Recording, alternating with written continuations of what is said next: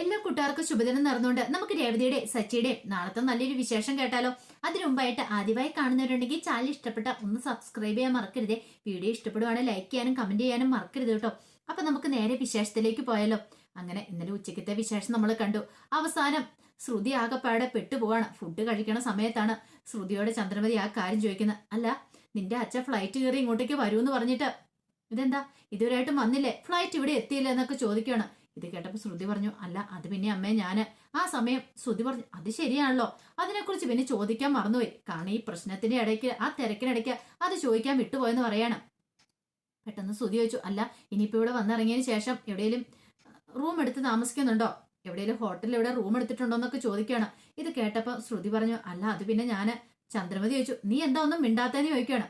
ഇത് കേട്ട സച്ചി പറഞ്ഞു, അല്ല കുറച്ച് ദിവസമായി കേൾക്കുന്നേ, ശ്രുതിയുടെ അച്ഛൻ വരുന്നു വരുന്നു വരുന്നു ഇങ്ങനെ പറഞ്ഞ് പാട്ടുപാടി നടക്കുന്നല്ലാതെ ഇതുവരെ ആയിട്ട് ഇങ്ങോട്ടേക്ക് വന്ന് കണ്ടില്ലോ എന്ന് പറയണം. ഇത് കേട്ടപ്പോ ചന്ദ്രമതി പറഞ്ഞു, പറ ശ്രുതി, നിന്റെ അച്ഛൻ എവിടെയാന്ന് ചോദിക്കണം. അത് കേട്ടപ്പോ ശ്രുതി പറഞ്ഞു, അത് പിന്നെ അച്ഛൻ നിന്നോട് കാര്യം എന്താ വെച്ചാൽ പറ എന്ന് പറയണം. ആ സമയം ശ്രുതിക്ക് പെട്ടെന്ന് എന്ത് ചെയ്യണമെന്ന് അറിയത്തില്ല. ശ്രുതി പെട്ടെന്ന് എന്ത് ചെയ്യണം, ഇങ്ങനെ അങ്ങ് ഛർദ്ദിക്കാൻ തുടങ്ങണം. ഈ സമയത്ത് ചന്ദ്രമതി ഒരു നിമിഷം ഞെട്ടിപ്പോയി. ശ്രുതി ഇങ്ങനെ ഛർദ്ദിക്കാൻ വരുന്ന പോലെ ഇങ്ങനെ കാണിച്ചുകൊണ്ട് നേരെ വാഷിംഗ് ബേസിനകത്തേക്ക് ഓടിയിട്ട് അവിടെ പോയി ഇങ്ങനെ ഛർദ്ദിക്കുവാണ്. ശ്രുതി പോയി ഇങ്ങനെ പുറത്തിരുമ്മി കൊടുക്കണം. ഈ സമയം എല്ലാവരും ഒരു നിമിഷം ഞെട്ടിപ്പോയി. എന്താന്ന് രവീന്ദ്രൻ ചോദിക്കുകയാണ്. ഈ സമയത്ത് ചന്ദ്രമതി അങ്ങോട്ട് എഴുന്നേറ്റ് എന്നിട്ട് ചോദിച്ചു, എന്ത് പറ്റി മോളെ എന്നൊക്കെ ചോദിക്കണം. അതെന്താന്ന് അറിയില്ല ആന്റി, ഛർദ്ദിക്കാൻ വന്നു പറയാണ് ഫുഡ് കഴിച്ചുകൊണ്ടിരിക്കുന്ന സമയത്ത്. പെട്ടെന്ന് ചന്ദ്രൻ ഇങ്ങനെ ഒന്ന് ആലോചിച്ചു. എന്നിട്ട് ചോദിച്ചു, അല്ല ഇപ്പോഴാണ് ഇങ്ങനെ ഛർദ്ദിക്കാൻ വരണമെന്ന് ചോദിക്കും. അല്ല ഇന്നലെയൊക്കെ ഉണ്ടായിരുന്നു. അല്ല പ്രത്യേകിച്ച് എന്തെങ്കിലും ഫുഡ് കഴിക്കാൻ എന്തെങ്കിലും തോന്നുന്നുണ്ടോ? അങ്ങനെയൊക്കെ തോന്നുന്നുണ്ട്. എന്തേലും കൂടുതലായിട്ട് കഴിക്കാൻ തോന്നുന്നുണ്ടോ? നല്ല വിശപ്പും കാര്യങ്ങളൊക്കെ ഉണ്ട്. പക്ഷെ ഫുഡ് കഴിക്കുന്ന സമയത്ത് ഭയങ്കരമായിട്ട് ഛർദ്ദിക്കാൻ വരുന്നുണ്ടെന്നൊക്കെ പറയണം. ഇത് കേട്ട് കഴിഞ്ഞപ്പോ ചന്ദ്രമതിക്ക് ഭയങ്കര സന്തോഷമായി. ചന്ദ്രമതി പറഞ്ഞു, എന്റെ ഭഗവാനെ നീ രക്ഷിച്ചെന്നൊക്കെ പറയണം. രവീന്ദ്രൻ വന്നിട്ട് ചോദിച്ചു, നീ എന്താ ചന്ദ്രയെ പറയണേ? അവള് ഛർദ്ദിക്കണ സമയത്ത് നീ എന്താ പറയണേ? രക്ഷിച്ചെന്നോ, ദൈവം രക്ഷിച്ചെന്നോ, നീ എന്താ പറയണേ? എനിക്കൊന്നും മനസ്സിലാവുന്നില്ലല്ലോ എന്ന് പറയണം. അപ്പോഴേക്കും രേവതിയും സച്ചി അങ്ങോട്ടേക്ക് വന്നു. രേവതിയോട് ചന്ദ്രമതി പറഞ്ഞു, നീ പോയി അകത്തും വെച്ചിട്ട് മധുരം എടുത്തുകൊണ്ട് വരാൻ പറയണം. ഛർദ്ദിക്കുന്ന സമയത്ത് മധുരം കൊടുത്തിട്ടുണ്ടെങ്കിൽ അതിന് ഛർദ്ദി നിൽക്കുമോ? ഇത് എവിടുന്ന് പഠിപ്പിച്ചാ എന്നൊക്കെ രവീന്ദ്രൻ ചന്ദ്രമതിയോട് ചോദിക്കണം. ചന്ദ്രമതി പറഞ്ഞു, രവിയേട്ടനൊന്നും മിണ്ടാതിരിക്കാൻ പറയണം. ഈ സമയത്ത് ശ്രുതിക്ക് പോയി കൺഗ്രാസ് പറയാണ് ചന്ദ്രമതി. എന്താ അമ്മ എന്തിനാ എനിക്ക് കൺഗ്രാസ് പറയണെന്ന് ചോദിക്കുക. എടാ വീട്ടിൽ നല്ലൊരു വിശേഷം നടക്കാൻ പോവാന്ന് പറയണം. നല്ല വിശേഷോ? അതിന് ഇവള് ഛർദ്ദിക്കണ സമയത്ത് എന്ത് വിശേഷം ഇവിടെ നടക്കാൻ പോന്നേ? ഇവൾക്ക് ഛർദ്ദി വന്നെന്നും പറഞ്ഞുകൊണ്ട് അതിന് നല്ല വിശേഷം എന്തോരും ഉണ്ടോ? ഇത് കേട്ട് കഴിഞ്ഞപ്പോ രവീന്ദ്രൻ പറഞ്ഞു, അത് ശരിയായിട്ടുള്ള കാര്യമാണ്. ഒരിടത്ത് ഒരുത്തി ഛർദ്ദിക്കുന്നു, അപ്പോഴാണെങ്കിൽ ചന്ദ്രമതിക്ക് നല്ല വിശേഷമാണ് പോലും. എനിക്കൊന്നും അങ്ങോട്ട് മനസ്സിലാകുന്നില്ലെന്ന് പറയണം. ഈ സമയത്ത് സുധീരെ അടുത്ത് എന്നിട്ട് ചന്ദ്രമതി പറഞ്ഞു, എടാ മോനെ, നീ ഒരു അച്ഛനാവാൻ പോവാന്ന് പറയണ. അച്ഛനാവാനാ? ഞാനാ? എന്താടാ നിനക്ക് വിശ്വാസം വരുന്നില്ലേന്ന് ചോദിക്കണം. ഇത് കേട്ടപ്പോ സുധി ആകെപ്പാടെ വല്ലാത്തൊരു ഞെട്ടലിൽ ഇങ്ങനെ നിൽക്കുകയാണ്. രവീന്ദ്രൻ ചോദിച്ചു, സത്യമാണ് ചന്ദ്രൻ നീ പറയണെന്ന് ചോദിക്കും. പിന്നെ അല്ലാതെ ഇത് കണ്ടില്ലേ, മോള് ഛർദ്ദിച്ച കണ്ടില്ലേന്ന് ചോദിക്കും. ഇത് കേട്ടപ്പോ രവീന്ദ്രൻ പറഞ്ഞു, അതിന് ഹോസ്പിറ്റലിൽ പോയി ചെക്ക് ചെയ്തൊന്നും ഇല്ലല്ലോ, ഇതിന് ചെക്ക് ചെയ്യേണ്ട കാര്യമൊന്നും ഇല്ല രവിയേട്ടാ. ഒന്നുമില്ലേലും ഞാൻ 3 മക്കളെ പ്രസവിച്ചല്ലേ, എനിക്കിതൊക്കെ കണ്ടാൽ മനസ്സിലാവെന്ന് പറയണം. അപ്പോഴേക്കും രേവതി മധുരം കൊണ്ടുവന്നു. ആദ്യം ശ്രുതിക്ക് കൊടുത്തു, അതിനുശേഷം ശ്രുതിക്കും കൊടുക്കുകയാണ് കഴിക്കാൻ പറഞ്ഞിട്ട്. പിന്നീട് ശ്രുതിയെ അവിടെ പിടിച്ചിരുത്തിയിട്ട് പറഞ്ഞു, അതെ മോളെ, ഫുഡൊന്നും കഴിക്കാതിരിക്കരുത്, ഇനി നന്നായിട്ട് ഫുഡ് കഴിക്കണം എന്ന് പറഞ്ഞിട്ട് എന്ത് ചെയ്യണം, ആ ഫുഡ് എടുത്തോണ്ട് വന്നിട്ട് ഞാൻ വാരി തരാമെന്ന് പറഞ്ഞ് ചന്ദ്രമതി വാരി കൊടുക്കുകയാണ്. ഇത് കണ്ടു കഴിഞ്ഞപ്പോഴത്തേനും ശ്രുതിയും രവീന്ദ്രനും അവരെല്ലാരും കൂടെ ഇങ്ങനെ നോക്കി നിൽക്കണം. അതെ ഫുഡ് കഴിക്കാതിരിക്കില്ല, നേരത്തെ കാലത്ത് കഴിക്കണോട്ടോ, എന്റെ മനസ്സിൽ ഏറ്റവും വലിയ ആഗ്രഹമായിരുന്നു നിങ്ങൾക്ക് എത്രയും പെട്ടെന്നൊരു കുഞ്ഞു പിറക്കണമെന്ന്. അങ്ങനെ എന്റെ ആഗ്രഹം പോലെ തന്നെ കാര്യങ്ങളൊക്കെ നടക്കണേന്ന് പറയണം. അത് കേട്ട് കഴിഞ്ഞപ്പം സച്ചി ഇങ്ങനെ നോക്കി ചന്ദ്രമതിനെ, എന്താടാ നീ നോക്കണേന്ന് ചോദിക്കുകയാണ്.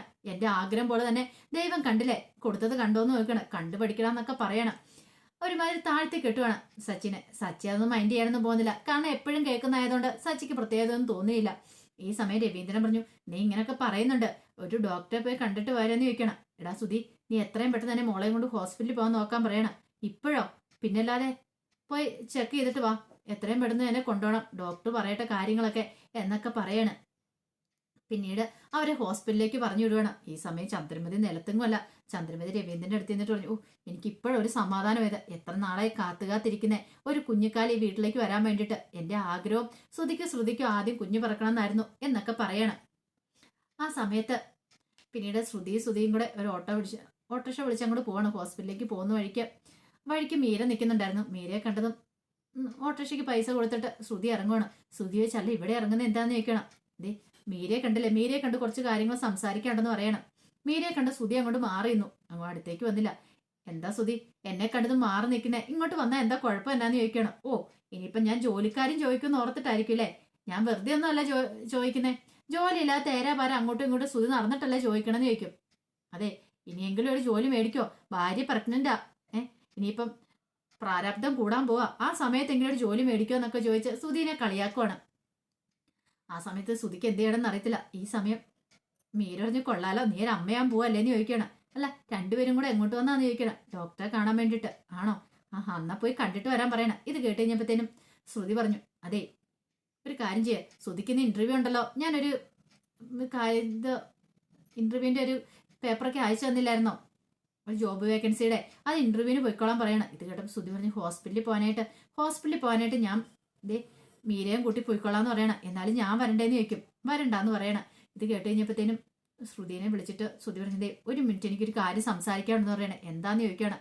മീര ചോദിച്ചു എന്താ ശ്രുതി, അച്ഛനാകാൻ പോവാന്ന് പറഞ്ഞിട്ടൊന്നും മുഖത്തൊരു സന്തോഷമൊന്നും കാണുന്നില്ലെന്ന് പറയണേ. ഒന്നുമില്ല എന്ന് പറയണേ. അങ്ങനെ ശ്രുതിയെ വിളിച്ചോണ്ട് ശ്രുതി അങ്ങോട്ട് പോയിട്ട് പറഞ്ഞു, അതെ എനിക്കൊരു കാര്യം പറയാനുണ്ട്. കാര്യം എന്താ വെച്ചാൽ പറ. അതിന്ന് ഹോസ്പിറ്റലിൽ പോയി കഴിയുമ്പം നീ പ്രഗ്നന്റ് ആണെന്ന് അറിഞ്ഞാലോ, അത് പിന്നെ ഹോസ്പിറ്റലിൽ പോയി കഴിയുമ്പോൾ പ്രഗ്നന്റ് ആണ്, പിന്നെ അവർ പ്രഗ്നന്റ് ആണെന്നല്ലേ പറയുള്ളൂ, അല്ലാന്ന് പറയത്തില്ലോ എന്ന് പറയണം. അല്ല നിനക്കറിയാലോ എനിക്കിപ്പോ ഒരു ജോലി ഇല്ലാന്ന് പറയണം. അതിനിപ്പോ എന്താ കുഴപ്പമിരിക്കുന്നേ, ജോലിയില്ല. അപ്പൊ അങ്ങനെയുള്ള സാഹചര്യത്തില് നീ പ്രഗ്നന്റും കൂടെ ആയിട്ടുണ്ടെങ്കിൽ എന്നാ പ്രഗ്നന്റ് ആവട്ടെ എന്ന് പറഞ്ഞുകൊണ്ട് ജോലി ഇല്ലാതെന്ന് പറഞ്ഞുകൊണ്ട് കുഞ്ഞുങ്ങൾ ഉണ്ടാവാതിരിക്കത്തില്ലോ എന്ന് പറയണം. അതല്ല അങ്ങനെയാണെങ്കിൽ നമുക്ക് ഈ കുഞ്ഞിനെ വേണമെന്ന് ചോദിക്കണം. എന്താ ശ്രുതി ഉദ്ദേശിക്കണമെന്ന് ചോദിക്കും. നമുക്ക് ഈ കുഞ്ഞിനെ കളയാം, ഇന്ന് ഒത്തിരി സംവിധാനങ്ങളൊക്കെ ഉണ്ടല്ലോ, ഈ കുഞ്ഞിനെ നമുക്ക് വേണ്ടാന്ന് പറയണം. ഇത് കേട്ട് കഴിഞ്ഞപ്പോഴത്തേനും ഒരു നിമിഷം ഒന്ന് ഞെട്ടി ശ്രുതി. പക്ഷെ എന്ത് പരിപാടിയാ പറയണെന്ന് ചോദിക്കാം. ആദ്യം ഹോസ്പിറ്റലിലേക്ക് ചെല്ലട്ടെ, ഇപ്പൊ ശ്രുതി നമുക്ക് പിന്നെ സംസാരിക്കാന്ന് പറയണം. അങ്ങനെ ശ്രുതിയെ പറഞ്ഞു വിട്ടു. ആ സമയത്ത് ശ്രുതിയുടെ അടുത്തേക്ക് മീര വരുവാണ്. എന്താടി അവൻ പറഞ്ഞ്, കൊച്ചിനെ വേണ്ടാന്നാ? അതെ അവൻ വേണ്ടാന്ന്. ഇവൻ എന്തൊരു മനുഷ്യനാ. കാരണം സാധാരണഗതിയിൽ ആദ്യത്തെ കുഞ്ഞു പിറക്കാന്ന് പറയുമ്പോൾ എല്ലാ ഭർത്താക്കന്മാർക്കും ഭയങ്കര സന്തോഷമായിരിക്കും. ഇവൻ എന്താടി ഇങ്ങനെയെന്ന് ചോദിക്കുക. ഇത് കേട്ടപ്പോൾ ശ്രുതി പറഞ്ഞു എനിക്കറിയില്ല എന്ന് പറയാം. അല്ല ഹോസ്പിറ്റലിൽ പോകണ്ടേന്ന് ചോദിക്കും. വേണ്ട അതെന്താ? എടി ഞാൻ വെറുതെ പറഞ്ഞല്ലേ, അപ്പൊ നിനക്ക് ഛർദ്ദിക്കാൻ വരുവാന്നൊക്കെ പറഞ്ഞോ, നീ പ്രഗ്നന്റ് ആന്നൊക്കെ പറഞ്ഞോ. എടി അത് ആ സമയത്ത് ഞാൻ രക്ഷപ്പെടാൻ വേണ്ടി എന്റെ അമ്മായിമ്മ എടുത്തിട്ട് നാടകം കളിച്ചല്ലേന്ന് ചോദിക്കും. ഞാൻ പ്രഗ്നന്റ് ഒന്നും അല്ല, എനിക്ക് ഛർദ്ദിക്കാനൊന്നും വരുന്നൊന്നും ഇല്ലായിരുന്നു. അവര് തെറ്റിദ്ധരിച്ചാ. അതിനിപ്പോ എനിക്ക് എന്ത് ചെയ്യാൻ പറ്റുമെന്ന് ചോദിക്കണം. ഞാൻ വീണടം വിദ്യയാക്കി. അതുകൊണ്ട് എന്നാളും എന്റെ അച്ഛനെ കുറിച്ചുള്ള പിന്നീട് ചോദ്യങ്ങളൊന്നും ഉണ്ടായില്ല.